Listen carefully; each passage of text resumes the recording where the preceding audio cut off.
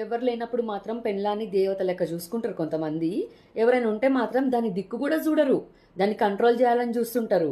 ఎందుకంటే నా పెళ్ళాం నా కంట్రోల్లో ఉంది అని నలుగురికి చెప్పడానికి అనమాట. ఫస్ట్ ఆఫ్ ఆల్ అది నీ పెళ్ళాం, కుక్క పిల్ల కాదు కంట్రోల్లో ఉండనికే.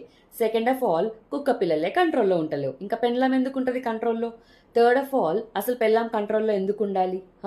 In a relationship both wife and husband are equal. ఒకరు ఎక్కువ ఒకరు తక్కువ అని ఉండదు. ఇంకా అట్లా మాట్లాడుకోవాలని చూస్తే ఆ పిల్ల నీకు కట్నం ఇచ్చింది కాబట్టి ఆ పిల్లదే పై చెయ్యి. అట్లా అంటుందా? అంటలేదు.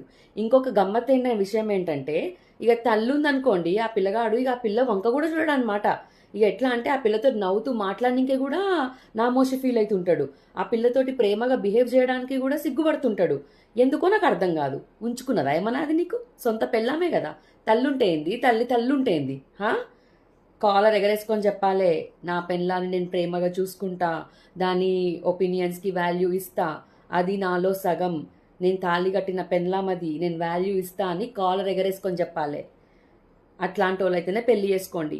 తల్లుందని అక్కుందని పక్కింటోడు ఉన్నాడని పెళ్ళాన్ని కంట్రోల్లో పెట్టాలనుకున్న వాళ్ళకి పెళ్ళెందుకు? చాతకాని ఎదవలు ఎడికేలో.